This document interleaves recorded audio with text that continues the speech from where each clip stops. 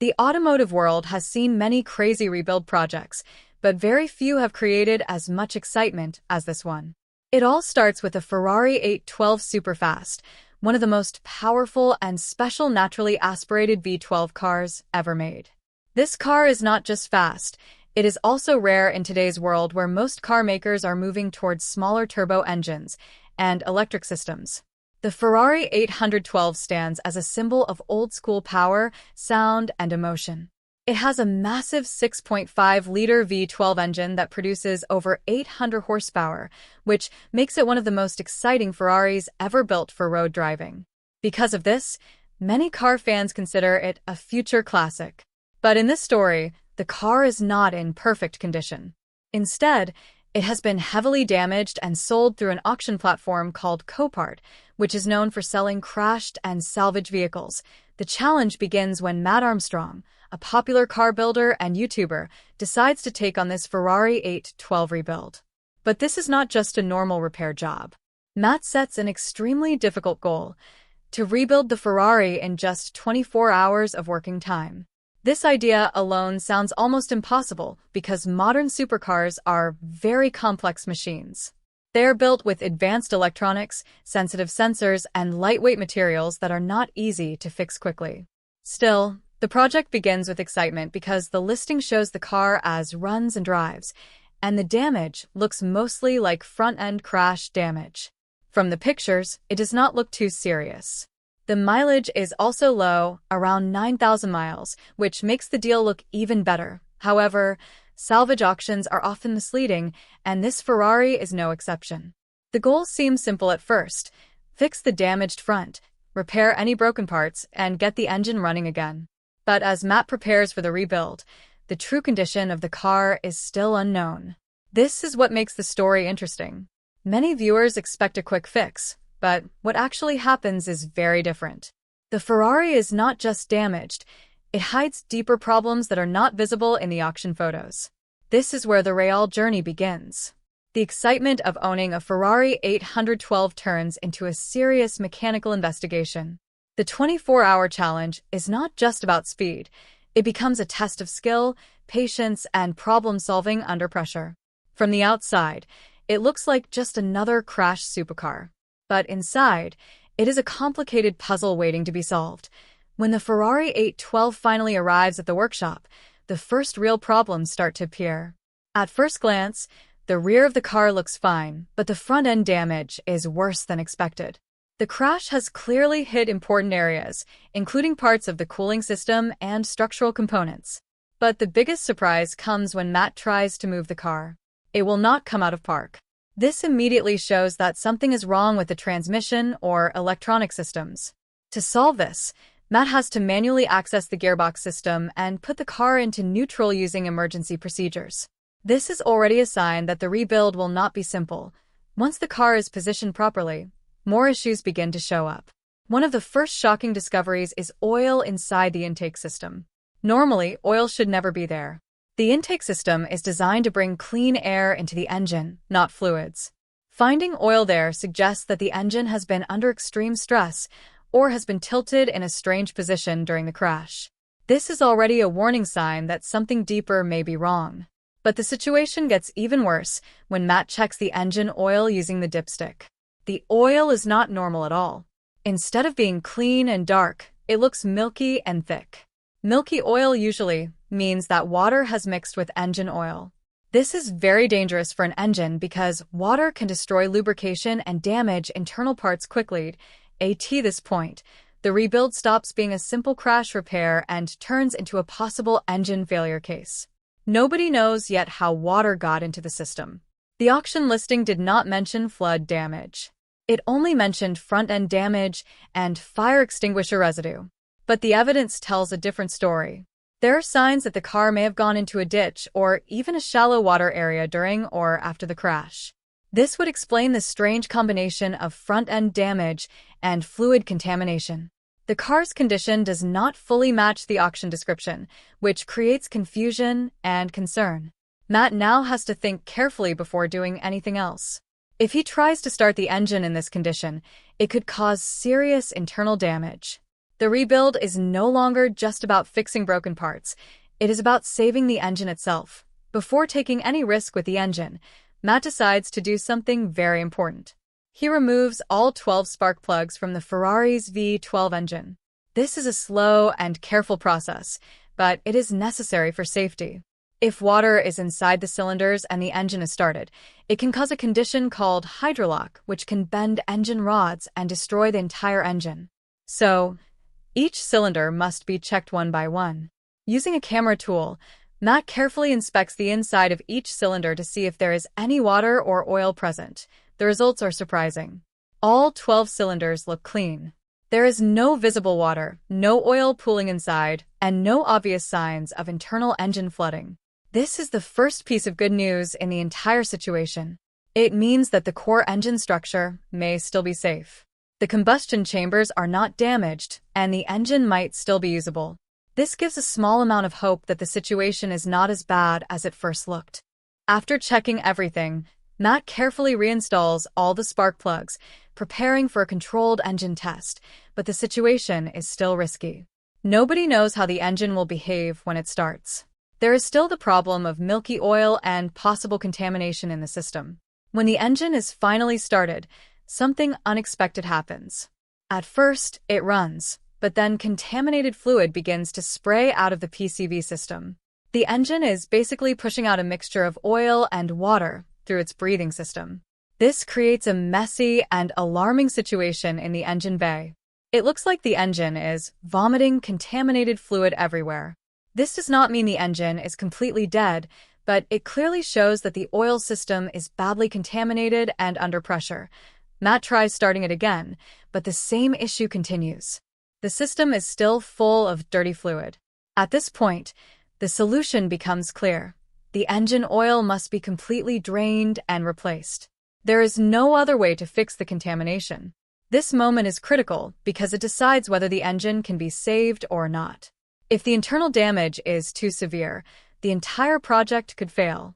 But if the contamination is only surface level, there is still a chance to recover it.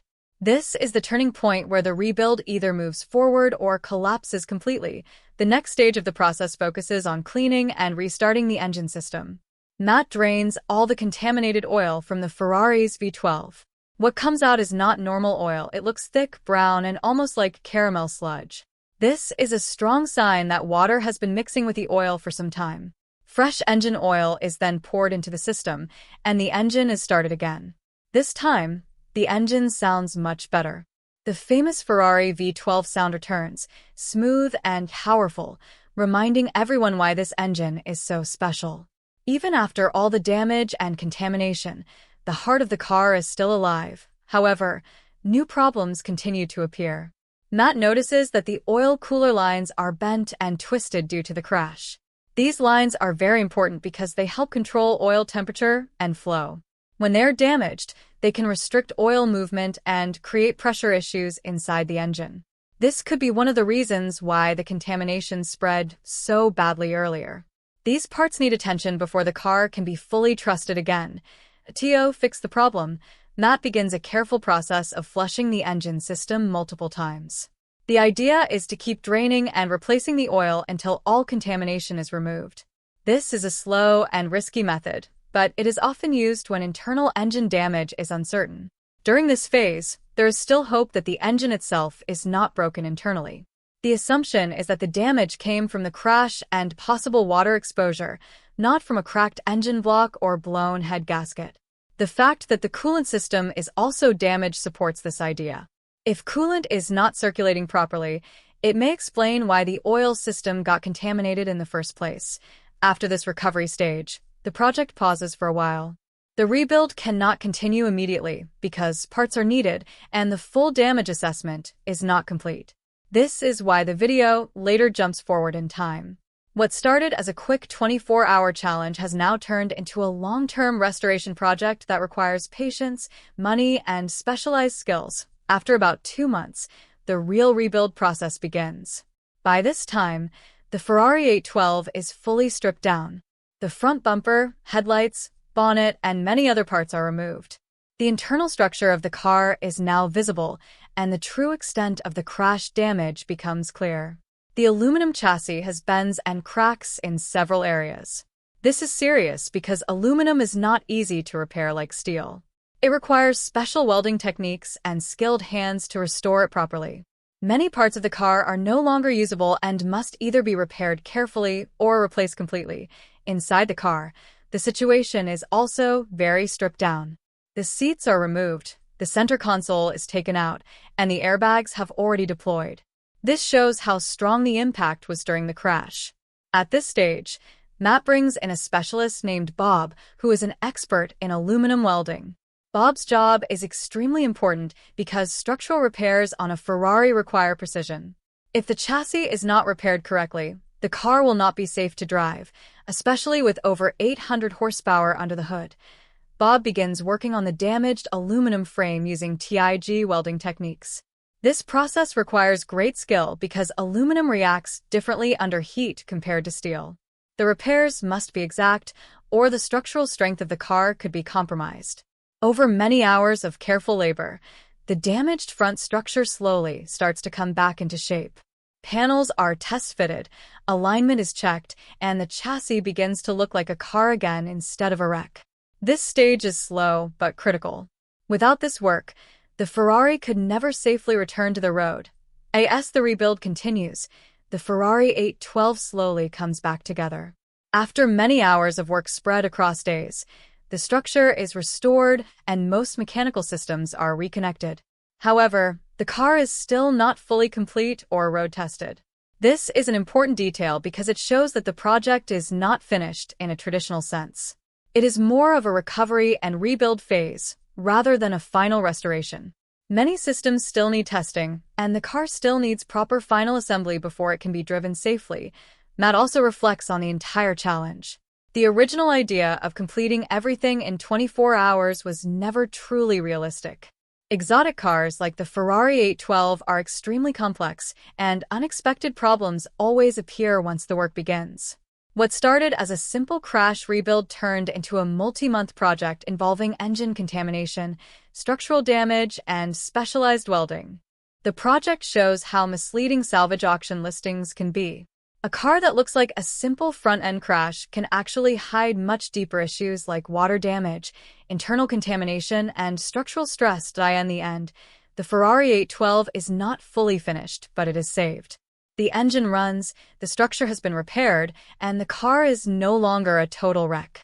But the journey is not completely over. More testing and final work are still needed before it can return to the road safely. The project highlights both the risks and rewards of rebuilding supercars. It also shows the skill and patience required to bring a damaged exotic car back to life.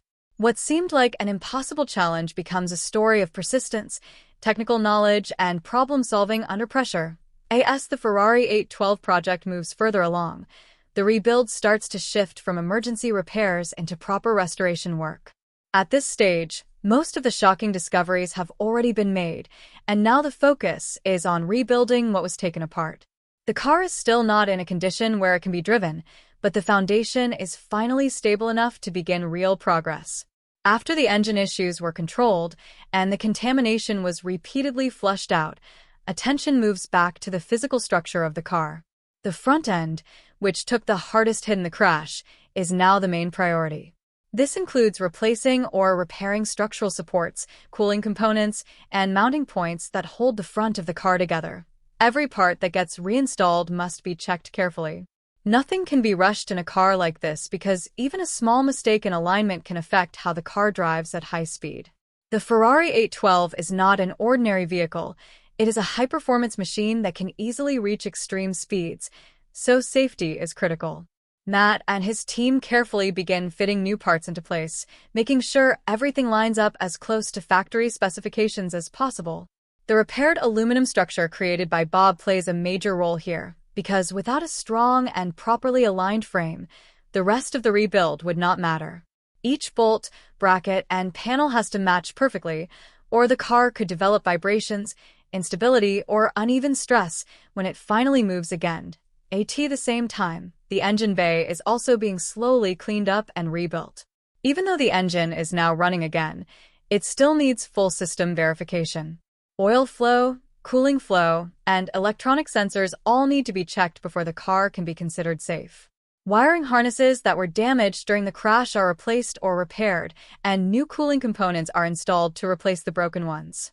The goal is not just to make the car run, but to make it reliable again. This is one of the most difficult parts of any exotic car rebuild, because modern Ferraris depend heavily on electronics and sensors to control performance systems. A single faulty connection can trigger warning lights or even put the car into limp mode. As the rebuild continues, the project starts to show real visual progress.